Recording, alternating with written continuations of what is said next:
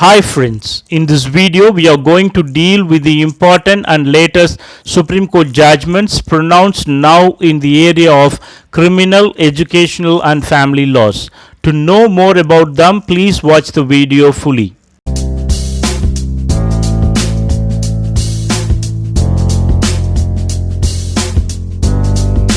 Hi friends, in the important judgment titled Nail Aurelio Nunes and others versus Union of India and others and pronounced on 20th January 2022, the Supreme Court pronounced a detailed judgment upholding the permissibility of reservations in the All India quota seats in the NEET examination for undergraduate and postgraduate medical courses and the constitutionality of 27% OBC quota in these All India quota seats.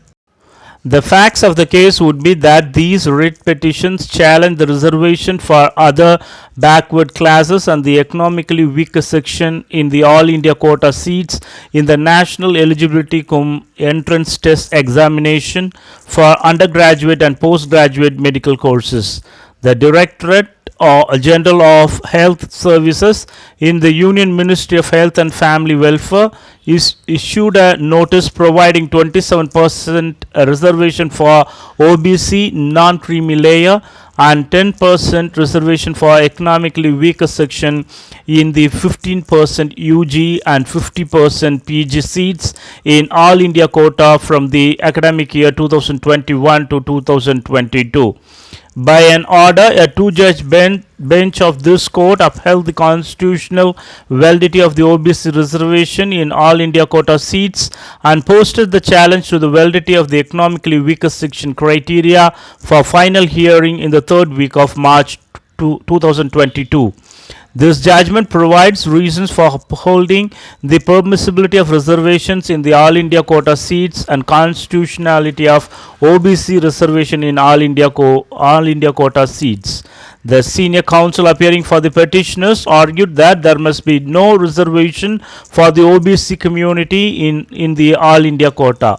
The Union of India contended that 27% reservation for the OBC category in All India quota seats is constitutionally valid. The Supreme Court has held that Articles 15.4 and 15.5 of the Constitution are not an exception to Article 15.1, which itself sets out the principle of substantive equality, including the recognition of existing inequalities. Thus, Articles 15.4 and 15.5 become a restatement of a particular facet of the rule of substantive equality that has been set out in Article 15.1. Merit cannot be reduced to narrow definitions of performance in an open competitive examination which only provides formal equality of opportunity. Competitive examinations assess basic current competency to allocate educational resources but are not reflective of excellence, capabilities and potential of an individual, which are also shaped by lived experiences, subsequent training and individual character. Crucially, open competitive examinations do not reflect the social, economic and cultural advantage that accrues to certain classes and contributes to their success in such examinations. High scores in an examination are not a proxy for merit. Merit should be socially contextualized and reconceptualized as an instrument that advances social goods like equality that we as a society value. In such a context, reservation is not at odds with merit, but further its distributive consequences. Articles 15.4 and 15.5 of the Constitution employ group identification as a method through which substantive equality can be achieved. This may lead to an incongruity where certain individual members of an identified group that is being given reservation may not be backward, or individuals belonging to the non-identified group may share certain characteristics of backwardness with members of an identified group. The individual difference may be a result of privilege, fortune, or circumstances, but it cannot be used to negate the role of reservation in remedying the structural disadvantage that certain groups suffer. The scheme of All India quota was devised to allot seats in state run medical and dental institutions in which students from across the country could compete. Providing reservation in the All India quota seats is a policy decision of the government which will be subject to the contours of judicial review similar to every reservation policy.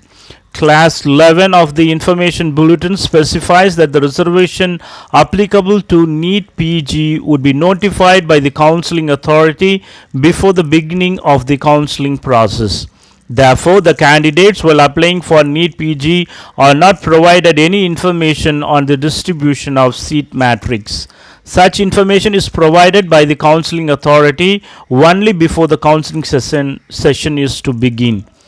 It thus cannot be argued that the rules of the game were set when the registration for the examination closed. Therefore, the reservation for the OBC candidates in the All India quota seats for UG and PG medical and dental courses is constitutionally valid. The challenge to the constitutional validity of OBC reservation in All India quota seats introduced through the impugned notice is rejected.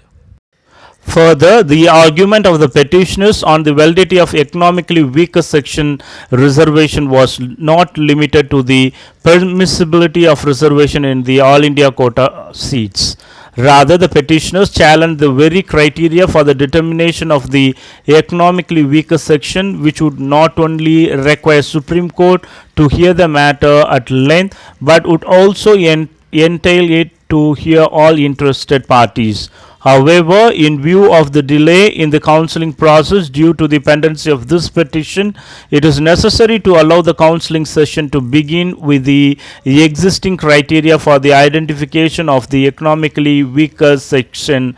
category. It is necessary to avoid any further delays in the admission process and allow counseling to begin immediately. As a result, the implementation of the economically weaker section reservation in All India quota seats in NEET UG and PG seats for the academic year of 2021 to 2022 is allowed. The economically weaker section category shall be identified in view of the criteria in OM number 36039/1/2019. The challenge to the validity of the criteria determined by the Pandey Committee for the identification of the economically weaker section category shall be listed for final hearing in the third week of March 2022. Coming to the next important judgment, titled Arunachala Gounder dead by legal representatives versus Ponnusamy and others, and pronounced on 20th January 2022. In this judgment, the Supreme Court holds that the inherited property of a female Hindu dying issueless and intestate goes back to the source. The facts of the case would be that the suit for partition was filed by Thangammal, daughter of Ramasamy Gounder, claiming 1/5 share in the suit property on the allegations that the plaintiff and defendant numbers 5 and 6 and 1 Ramayammal are sisters of Gurunatha Gounder, all the 5 of them being the children of Ramasamy Gounder. The said Ramasamy Gounder had an elder brother by the name of Marappa Gounder. Ramasamy Gounder predeceased his brother Marappa Gounder, who died on 14/4/1957, leaving behind the sole daughter by the name of Kuppai Ammal, who also died issueless in 1967. The plaintiff appellant alleged that after the death of Marappa Gounder, his property was inherited by Kuppai Ammal, and upon her death in 1967, all the five children of Ramasamy Gounder are heirs in equal of Kuppai and entitled to 1/5 share each. The trial court concluded that the suit property would devolve upon the sole son of deceased Ramasamy Gounder, the deceased brother of Marappa Gounder by survivorship, and the plaintiff appellant had no right to file the suit for partition. The findings recorded by the trial court, particularly in respect of date of death of Marappa Gounder in 1949, was confirmed by the High Court in the first appeal, and the decree dismissing the suit for partition was affirmed, holding that the property would devolve upon the defendant by way of survivorship. The primary issue which arises for consideration is with respect to the right of the sole daughter to inherit the self acquired property of her father in the absence of any other legal heir having inheritable rights before the commencement of the Hindu Succession Act 1956, or in other words, whether such suit property will devolve on to the daughter upon the death of her father in the state by inheritance, or shall dwell on to father's brother's son by survivorship. The Supreme Court has held that a daughter was in fact capable of inheriting the father's separate estate. Also, the right of a widow or daughter to inherit the self acquired property or share received in partition of a co-partnership property of a Hindu male dying in the state is well recognized not only under the old customary Hindu law but also by various judicial pronouncements. In the case at hand, since the property in question was admittedly the self-acquired property of Marappa Gounder, despite the family being in state of jointness upon his death in the state, his sole surviving daughter Kupai Ammal will inherit the same by inheritance, and the property shall not devolve by survivorship.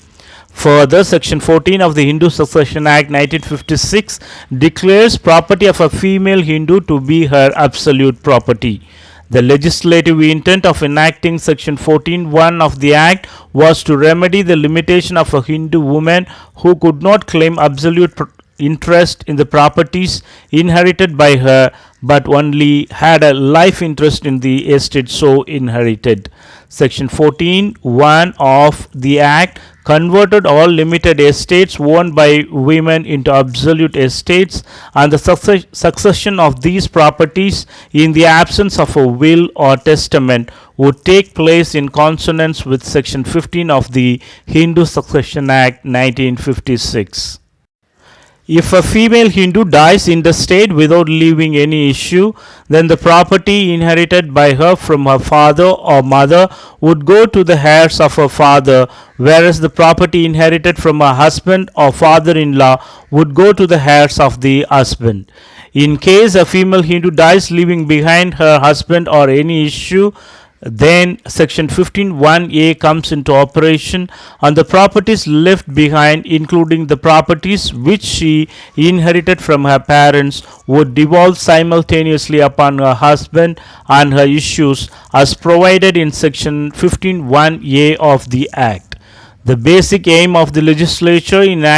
enacting Section 15(2) is to ensure that inherited property of a female Hindu dying issueless in intestate goes back to the source. In the present case, since the succession of the suit properties opened in 1967 upon death of Kupai Ammal, the 1956 Act shall apply, and thereby Ramasamy Gounder's daughters, being class 1 heirs of their father, too shall be heirs and entitled to 1/5 share each in the suit properties. The impugned judgment and decree passed by the trial court and confirmed by the High Court are not liable to be sustained and are hereby set aside. Now we are going to deal with the important judgment titled State by NCB Bengaluru versus Pallulabid, Ahmad, Arimutta and another, and pronounced on 10th January 2022. In this judgment, the Supreme Court holds that a confessional statement recorded under Section 67 of the NDPS Act will remain inadmissible in the trial of an offence under NDPS Act.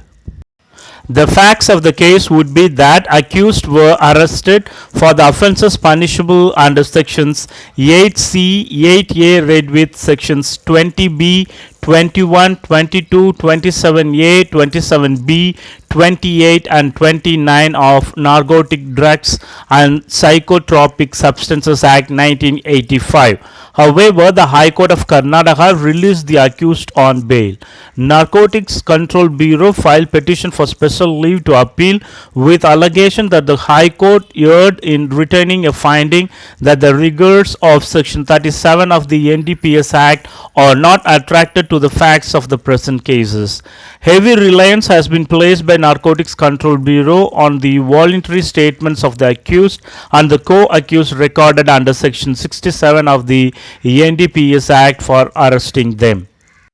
The Supreme Court has held that records along with the tabulated statement of the respondents would show that except for the voluntary statements of accused number 1 and 2 in the first case and that of the respondent themselves recorded under section 67 of the NDPS Act, it appears prima facie that no substantial material was available with the prosecution at the time of arrest to connect the respondents with allegations leveled against them of indulging in drug trafficking. It has not been denied by the prosecution that except for the respondent in SLP criminal number 1569/2021, none of the other respondents were found to be in possession of commercial quantities of psychotropic substances as contemplated under NDPS Act. A confessional statement recorded under Section 67 of the NDPS Act will remain inadmissible in the trial of an offence under the NDPS Act. In the teeth of the decision in Tofan Singh versus State of Tamil Nadu, the arrest made by the Narcotics Control Bureau on the basis of the confession or voluntary statements of the respondents or the co-accused under Section 67 of the NDPS Act cannot form the basis for overturning the impugned orders releasing them on bail. The CDR details of some of the accused or the allegations of tampering of evidence on the part of one of the respondents is an aspect that will be examined at the stage of the trial. The impugned orders are accordingly upheld and the special leave petitions filed by the petitioners seeking cancellation of bail granted to the respective respondents are dismissed as meritless. However, the evidence brought against accused number 2, subject matter of the second case, who was granted bail, will have to be treated on an entirely different footing. There are specific allegations leveled against the said respondent regarding recovery of substantial commercial quantities of drugs from a rented accommodation occupied by him, pursuant to which he was arrested. This aspect has been completely overlooked while passing the order, wherein the only reason that appears to have weighed with the High Court for releasing him on bail is that his case stands on the same footing as accused number 1, accused number 3 and accused number 4, who had been enlarged on bail in connection with the second case registered by the department. Accused number 2 cannot seek parity with the aforesaid co-accused, and no such benefit could have been extended to him in view of Section 37 of the Act when he was found to be in conscious possession of commercial quantity of psychotropic substances as contemplated under the NDPS Act. The bail granted to the second accused is cancelled forthwith at this stage, and he is directed to surrender before the Sessions Court or the Special Judge of NDPS within a period of 2 weeks for being taken into custody.